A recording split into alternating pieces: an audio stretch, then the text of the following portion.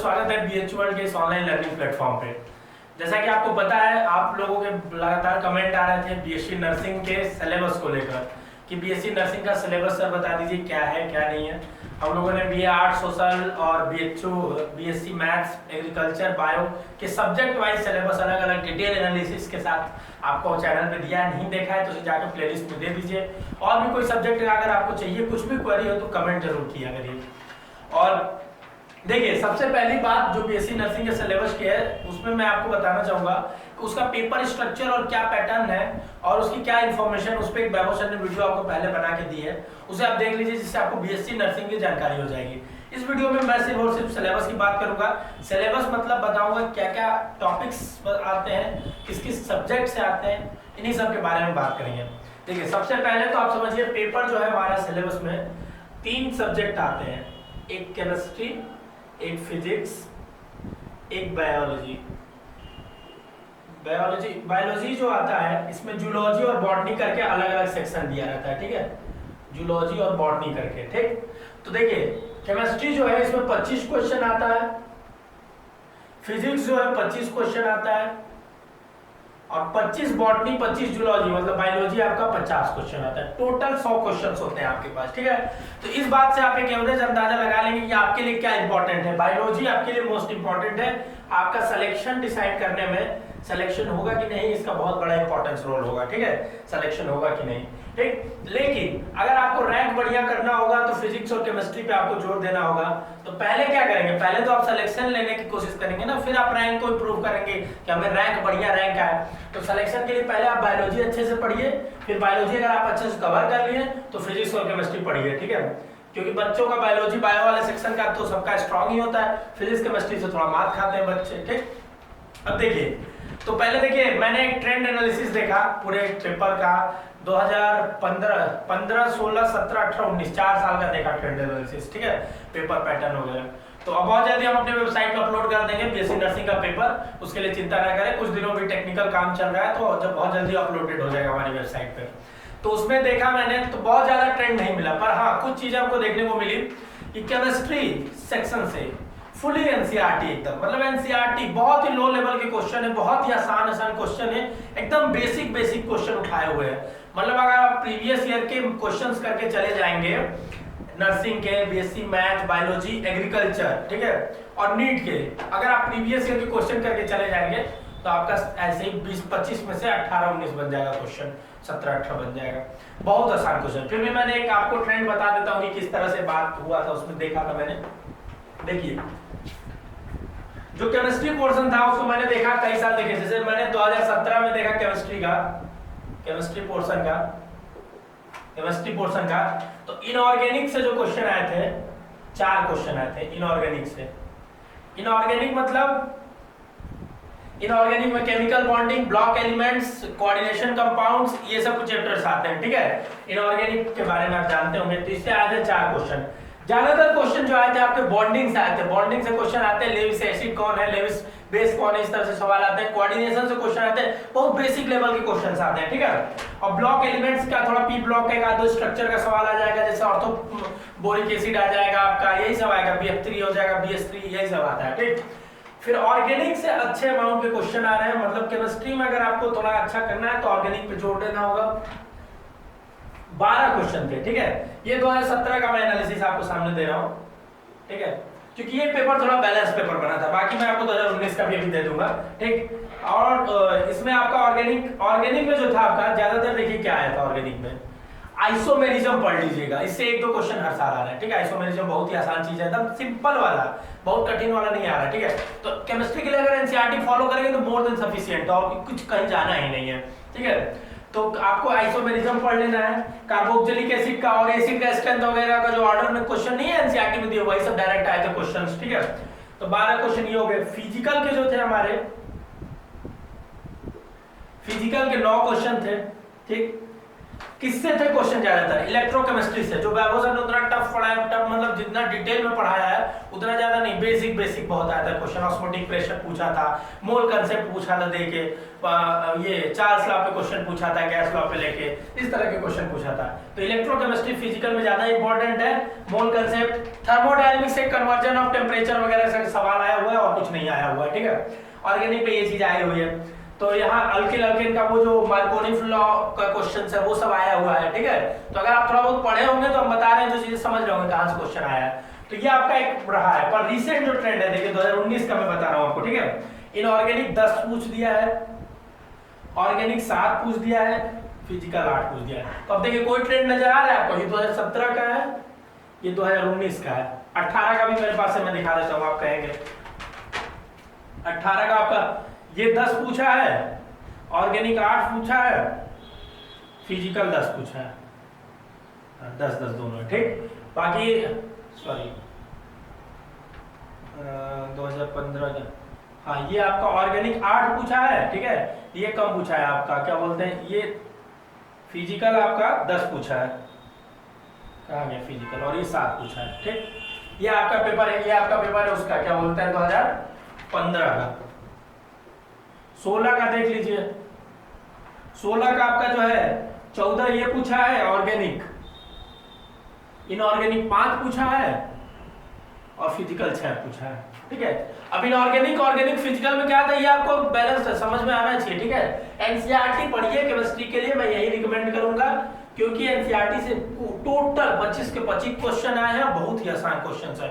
मतलब अगर आप एक बार थोरली रिवाइज कर लेंगे तो कर ले जाएंगे, ठीक। तो कोई ट्रेंड नहीं है, बस एक चीज है कि ऑर्गेनिक थोड़ा इंपॉर्टेंट है आपके लिए, खासकर आइसोमेरिज्म वगैरह, रिएक्शंस वगैरह, वो भी छोटे छोटे रिएक्शंस जो है वो सब इंपॉर्टेंट है, पढ़ लीजिएगा, ठीक है। अब आइए फिजिक्स सेक्शन पे मूव करते हैं। फिजिक्स के भी आते हैं 25 क्वेश्चन। तो इस तरह से ईयर का एनालिसिस देके कोई फायदा है नहीं, इसीलिए मैंने एक ऑन एन एवरेज बनाया है कि क्या आपको पढ़ना चाहिए। अब देखिए फिजिक्स जो है आपका सारे चैप्टर से क्वेश्चन पूछता नहीं है, जान ही नहीं, 25 क्वेश्चन है, 40 चैप्टर है, कहां से पूछेगा।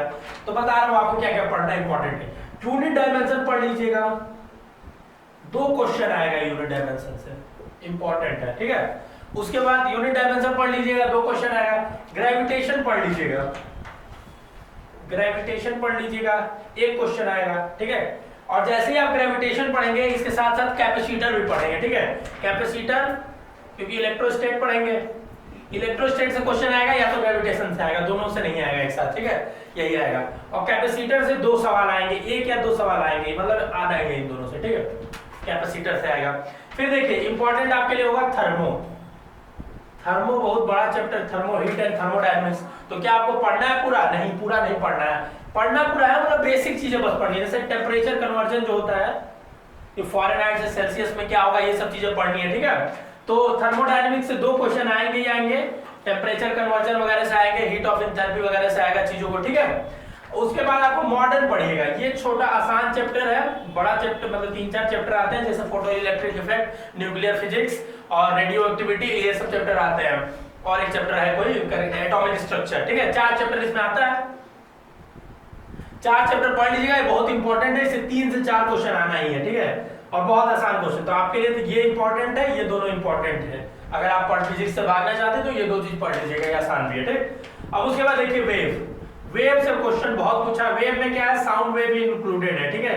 ट्रांसवर्स वेव, साउंड वेव की वेलोसिटी, स्पीड जो पूछता है, हर्ट्ज का वो जो पूछता है, डॉपलर इफेक्ट नहीं आता है, लेकिन डायरेक्ट फार्मूला डॉपलर इफेक्ट का पूछ सकता है, ठीक है। तो वेव में आपका साउंड वेलोसिटी वगैरह सब इंक्लूडेड है। वेव आपका 4 से 5 क्वेश्चन पूछेगा, ठीक है। वेव सबके लिए इंपॉर्टेंट है, BSc math, bio agriculture, nursing. थोड़ा सा टफ चैप्टर होता है वेव, लेकिन आप अगर कर लेंगे तो वेव से अच्छा क्वेश्चन स्कोर करेंगे। हालांकि इसको लास्ट में करिएगा थोड़ा, क्योंकि ये थोड़ा टफ चैप्टर कंसेप्चुअली समझ में नहीं आता है लोगों को, ठीक है। अब देखिए एक को जो फ्लूइड और इलास्टिसिटी वाला है उससे बहुत कम क्वेश्चन आते हैं, एक कभी कभार आता है, fluid elasticity, stress strain, Young's modulus, surface tension सब मिला के उसमें, ठीक है। एक क्वेश्चन उससे आएगा, तो ये आप एक क्वेश्चन इससे आना ही आना है, ठीक है।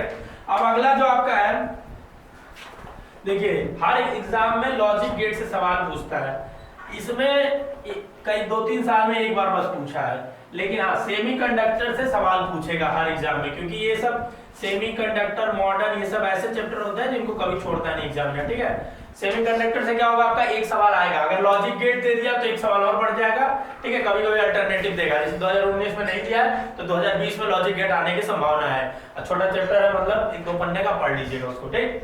अब देखिए करंट इलेक्ट्रिसिटी मैंने आपको बताया, वो बताया आपको ग्रेविटेशन बताया, तो करंट इलेक्ट्रिसिटी को आप थोड़ा सा ध्यान से पढ़िएगा, क्योंकि इसमें बस जैसे डायरेक्ट यूनिट डायमेंशन से भी क्वेश्चन पूछ सकता है, और इसमें भी एक यूनिट पूछ सकता है, जैसे कि पावर का यूनिट पूछता है, ठीक है, किलोवाट आवर जो होता है उसका यूनिट पूछता है, तो 2 क्वेश्चन इससे आते हैं, ठीक है।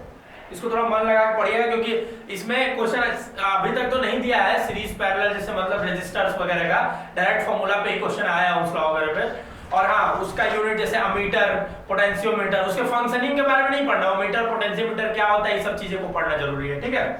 तो उसके बाद देखिए और एक कंजर्वेशन ऑफ लॉ से क्वेश्चन आता है, वर्क पावर एनर्जी इसमें इंक्लूडेड है, मतलब पूरा बेसिक क्वेश्चन आता है, बस क्या होता है उसका इम्प्लीकेशन जितना टफ है उतना हार्ड नहीं आता है, बहुत बेसिक। तो आप एक बार बस थ्रू आउट हो जाएंगे टॉपिक से तो आपका क्वेश्चंस बन जाएगा, ठीक है। तो वर्क पावर एनर्जी और कंजर्वेशन से एक क्वेश्चन आता ही आता है, मैकेनिकल एनर्जी कंजर्वेशन से आएगा, नहीं तो आपका वो वर्क एनर्जी थ्योरम से आएगा। और एक बार 2 क्वेश्चन मान लीजिए कभी कभार क्या होता है वर्क से अलग से पूछता है, कोलिजन से अलग से पूछता है, 2 क्वेश्चन मान लीजिए, ठीक है। ऑप्टिक्स में क्या पूछेगा, बीएससी मैथ बायो में बहुत टफ क्वेश्चंस पूछते हैं ऑप्टिक्स से, लेकिन आपके में क्या आएगा 1/b - 1/u = 1/f का फार्मूला आप याद रखेंगे, मिरर फार्मूला कर ले जाएंगे, ठीक है। तो वो उसी में पूछेगा कि फोकल लेंथ बढ़ाएंगे तो v कितना बढ़ेगा घटेगा, डायरेक्ट फार्मूला पे आना ही आना है, ठीक है। तो 2 क्वेश्चन आना है इसके हिसाब से, ठीक, ऑप्टिक्स के हिसाब से। काइनेमेटिक्स, रिलेटिव मोशन, वेक्टर से सवाल नहीं आते इसमें, ठीक है। रिलेटिव मोशन, प्रोजेक्टाइल से किसी सवाल नहीं आते, कभी कभार काइनेमेटिक्स से आ गया एक आध दो, डायरेक्ट वही इक्वेशन ऑफ मोशन पे लगेगा सवाल, तो 1-2 क्वेश्चन आ सकते हैं। यही पैटर्न रहेगा टोटल, मैंने जो इंपॉर्टेंट टॉपिक्स थे फिजिक्स के बता दिए, अगर कुछ छूटा होगा तो उससे ना ही मान के चलिए सवाल आएगा, ठीक है। बाकी तो इसमें कुछ छूटा नहीं है, वैसे बहुत कम ही है, मतलब वो एक फ्लूइड इलास्टिसिटी वाला जो मैंने बताया उससे कभी कभार सवाल आया हुआ है, पूरा 4-5 चीजों को 4-5 चैप्टर है पढ़ना बहुत उसमें, तो उसमें एक सवाल कभी कभार आता है, ठीक। तो ये फिजिक्स का। आप देखिए बायोलॉजी सेक्शन की बात कर लेते हैं। बायोलॉजी आपके लिए जो अगर नर्सिंग का एग्जाम कर दे रहे हैं तो आपके लिए मोस्ट इंपॉर्टेंट है, क्योंकि 50 क्वेश्चन आते हैं और बायोलॉजी आसान है, फिजिक्स केमिस्ट्री कंपैरिजन में पढ़ना, ठीक है आपके लिए, क्योंकि आप पढ़े हैं बायोलॉजी। अब देखिए बायोलॉजी को बॉटनी और जूलॉजी 2 पोर्शंस में 25-25 बांटा हुआ है, ठीक है। तो देखिए सबसे पहले मैं आपको बताऊंगा प्लांट फिजियोलॉजी इंपॉर्टेंट है आपके लिए, मोस्ट इंपॉर्टेंट है प्लांट फिजियोलॉजी। 5 चैप्टर है और एनसीईआरटी, बायोलॉजी के लिए भी, केमिस्ट्री के लिए एनसीईआरटी, केमिस्ट्री के लिए एनसीईआरटी पढ़ेंगे, बायोलॉजी के लिए एनसीईआरटी पढ़ेंगे, फिजिक्स के लिए आप लेक्चर देखिएगा अगर ऑनलाइन क्लास हमारा ज्वाइन किए हैं, अगर नहीं किए हैं तो आप हमारे बैच में एनरोलमेंट ले सकते हैं। हमारा बैच बीएससी नर्सिंग के लिए भी चलता है, जिसकी फीस 2500 है, बाकी डिटेल जानकारी आपको डिस्क्रिप्शन में मिल जाएगी किस तरह से आपको ज्वाइन करना है, ठीक है। आप उसको देख सकते हैं, हमारे यहाँ कंप्लीट सिलेबस आपको पढ़ाया जाएगा, ठीक है। तो देखिए आप केमिस्ट्री और बायोलॉजी के लिए सेल्फ तैयारी करना चाहते हैं तो एनसीईआरटी पढ़ेगा, मोर देन सफिशिएंट है। फिजिक्स एनसीईआरटी टफ है तो नहीं पढ़िएगा, ठीक है। अब देखिए इसमें प्लांट फिजियोलॉजी में आपका जो सवाल पूछा है 11 क्वेश्चन पूछा है, 12 क्वेश्चन सॉरी, ठीक है। ज्यादातर क्वेश्चन जो है फोटोसिंथेसिस के डायरेक्ट प्रोसेस जो है उससे क्या प्रोडक्ट कहां बनता है, ठीक है। उसके बाद रेस्पिरेशन के जो सवाल होते हैं, क्रेब साइकिल वगैरह, ठीक है। फिर जो प्लांट हार्मोन वाला है, ऑक्सीजन का क्या रोल है क्या नहीं, मतलब एनसीईआरटी में जो लाइन बाय लाइन दिया वही क्वेश्चन है, ठीक है। तो हार्मोन्स वाले, मिनरल न्यूट्रिशन से भी 1-2 क्वेश्चन आया कभी कभार, ठीक है, कि नाइट्रोजन का क्या रोल है, यही सब क्वेश्चन आया जो दिया हुआ है। प्लांट फिजियोलॉजी आपके लिए इंपॉर्टेंट है, उसको पढ़ लीजिएगा, ठीक है। दूसरा आपके लिए इंपॉर्टेंट यूनिट है जेनेटिक्स। जेनेटिक्स में 2 पार्ट है, एक जूलॉजी वाला है, बॉटनी वाला, मॉलिक्यूलर जेनेटिक्स है, और एक प्लांट ब्रीडिंग वाला है चैप्टर है, 2 चैप्टर है, ठीक है। तो उसका जेनेटिक्स का टोटल आपके पास है 7 से 8 क्वेश्चन आएंगे, मान के चलिए 7 से 8 क्वेश्चन। मेंडल थ्योरी को पढ़ लीजिएगा, उसमें वो इंपॉर्टेंट है, जेनेटिक्स में मेंडल थ्योरी इंपॉर्टेंट है। मॉलिक्यूलर जेनेटिक्स में डीएनए वगैरह के बारे में थोड़ा अच्छे से पढ़ लीजिएगा, जो एनसीईआरटी में दिया उतना ही पढ़िएगा, उतना मोर देन सफिशिएंट है, ठीक है। उसके क्वेश्चंस आए हुए हैं, डीएनए के क्वेश्चंस आए हैं, और जो प्रोसेस हमारे होते हैं ट्रांसलेशन, ट्रांसक्रिप्शन, उसके बारे में थोड़ा पढ़ लीजिएगा, ठीक है। अब उसके बाद तीसरा जो आपका यूनिट है important, plant diversity. Plant diversity में एनसीईआरटी में 2 चैप्टर आएगा आपका, 3 चैप्टर आएगा। पहला चैप्टर एनसीईआरटी का 11th का चैप्टर पहला, दूसरा और तीसरा, ठीक है। एल्गी, फंजाई और protozoa, algae, fungi, protozoa, protista, तीनों चारों सब इंक्लूडेड है, चारों इसमें, ठीक है। इसमें आपके क्वेश्चन जो आए हुए हैं 5 से 6 क्वेश्चन आते हैं, ठीक है। एक फंजाई से आएगा, फंजाई की क्लास से आएगा, एक एल्गी से क्वेश्चन आएगा, एक प्लांट से आएगा, प्लांट डाइवर्सिटी से आएगा, ऐसे करके आएगा, ठीक है। तो जो क्लासिफिकेशन वगैरह एनसीईआरटी में दिया उसको इंपॉर्टेंट है, उसको पढ़ लीजिएगा, ठीक। उसके बाद आपका इंपॉर्टेंट है इसमें human physiology. Human physiology unit wise इसलिए बता रहे हैं क्योंकि चैप्टर का कोई ट्रेंड नहीं है, तो चैप्टर का ट्रेंड नहीं, चैप्टर वाइज बताने कोई फायदा नहीं, ठीक है। तो ह्यूमन फिजियोलॉजी में आपका कितने सवाल आए हुए हैं? 12 क्वेश्चन आए हुए हैं, मतलब प्लांट फिजियोलॉजी के अप्रॉक्स 12 से 13 क्वेश्चन इसमें भी आएंगे। जितना प्लांट फिजियोलॉजी इंपॉर्टेंट है उतना ह्यूमन फिजियोलॉजी। ह्यूमन फिजियोलॉजी में नंबर ऑफ चैप्टर्स ज्यादा है, 7 या 8 चैप्टर है ऐसा, ठीक है, देख लीजिएगा। इसमें क्या है, ज्यादातर क्वेश्चन आपके लोकोमोशन से आएंगे, तो जॉइंट्स वगैरह का क्वेश्चन आएगा, जॉइंट्स पूछता है, ठीक है। फिर आपका उसमें अगर एंडोक्राइन से क्वेश्चन आएगा तो हार्मोन्स पूछता है, क्या हार्मोन क्या कंट्रोल करता है, ठीक। डाइजेशन से क्वेश्चन आएगा तो उसके हार्मोन्स होते हैं, कौन से डाइजेशन, किस चीज के डाइजेशन में क्या है, कौन सा हार्मोन का इंपॉर्टेंस है, ठीक है, कि स्मॉल इंटेस्टाइन में क्या पाया जाता है, उसमें लार्ज इंटेस्टाइन में क्या पाया जाता है, ठीक है। और आपका चैप्टर आता है सर्कुलेशन, उसमें ब्लड ग्रुप का इंपॉर्टेंस होता है, ब्लड ग्रुप आप पढ़ लीजिएगा, ठीक। बाकी हार्ट का कंडीशन वगैरह पढ़ लीजिएगा, हार्ट के बारे में पढ़ लीजिएगा, ठीक। तो ह्यूमन फिजियोलॉजी में इस तरह से 12-13 क्वेश्चन आपका हो जाएगा, ठीक है। बायोमोलिक्यूल पढ़ लीजिएगा, आपके लिए इंपॉर्टेंट है क्योंकि केमिस्ट्री में भी सवाल आ सकता है और इसमें भी सवाल आ सकता है। थोड़ा बहुत केमिस्ट्री में ज्यादा है, बाकी वही चीज है, ठीक है। तो बायोमोलिक्यूल से 3 क्वेश्चन आएगा, 3 क्वेश्चन में एक अमीनो एसिड वगैरह से होगा, ठीक है। बाकी एक आध दो जो कंपोजिशन होगा वो होगा, ठीक है, पढ़ लीजिएगा। बायोमोलिक्यूल पढ़ लीजिएगा तो ये हो जाएगा आपका।